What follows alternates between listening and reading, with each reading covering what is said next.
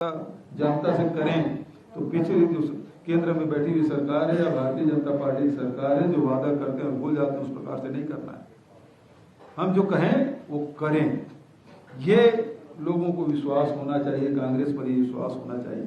और इसलिए एक एक बिंदु पर, चाहे वो सोनिया जी हो, चाहे राहुल जी हो, चाहे प्रियंका जी हो, चाहे हमारे शुक्ला जी हो, और हम सब साथी दो बार बैठे।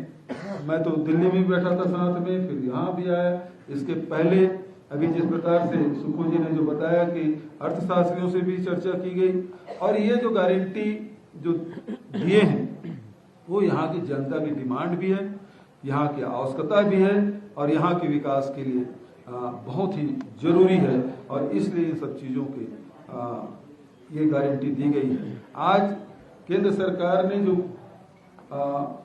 महंगाई थोपी है आम जनता पर, पूरे देश की जनता पर, चाहे पेट्रोलियम हो, डीजल हो, रसोई गैस हो, रासायनिक खाद हो, इस सब में जिस प्रकार से लोगों के जेब में, पर्स में सक्शन पाइप लगा दिया है और सब खींचने का काम कर रहे हैं। हमारी सरकार है या हमारी पार्टी है लोगों की जेब में पैसा डालने का, आय कैसे बढ़े, हमारी चिंता ये है। चाहे वो बागवान हो, किसान हो, मजदूर हो, चाहे कोई भी व्यक्ति हो, उसके आय में वृद्धि कैसे हो, व्यापारी हो, उसके आय में वृद्धि किस प्रकार से हो। और यही कारण है कि आज हमारे छत्तीसगढ़ में सबसे कम बेरोजगारी दर है। सभी वर्गों के लिए हमने योजनाएं बनाई। मंदी का कोई असर, महंगाई का कोई असर, इतनी महंगाई है उसके बावजूद भी हमारे बाजार में रौनक है।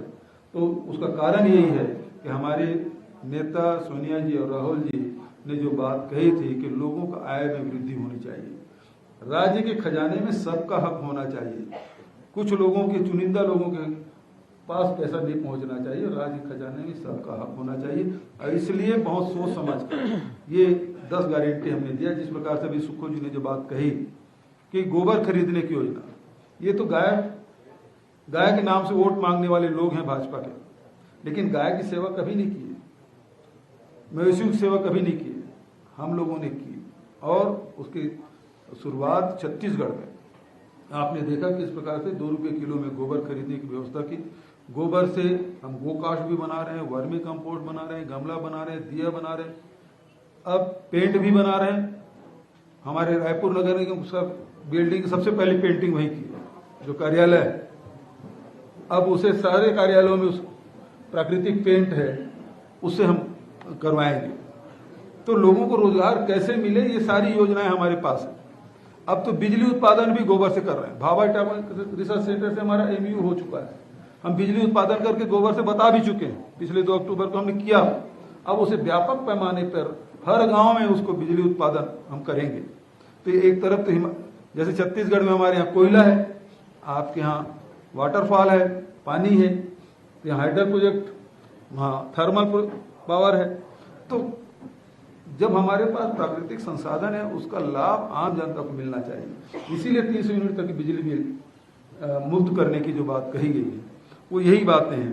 पुराने पेंशन के बारे में अभी मुकेश जी बोल रहे थे कि छत्तीसगढ़ और राजस्थान के मुख्यमंत्री वहां प्रधानमंत्री से मांग कर रहे थे।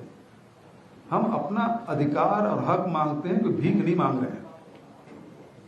छत्तीसगढ़ के कर्मचारियों के, छत्तीसगढ़ सरकार के जो अंशदान है, और 2004 से लेकर अब तक के 17,000 करोड़ रुपया भारत सरकार के पास जमा है। 17,000 करोड़ रुपया हम उसे वापस मांग रहे हैं, उसे कोई भीख नहीं मांग रहे हैं। वो हमारा हक है, हमारा पैसा है, हमारे श्रमिकों का पैसा है, हमारे कर्मचारियों का पैसा है, उसको हम मांग रहे हैं। और नहीं देते तो हमको लेना भी आता है और लेंगे ही।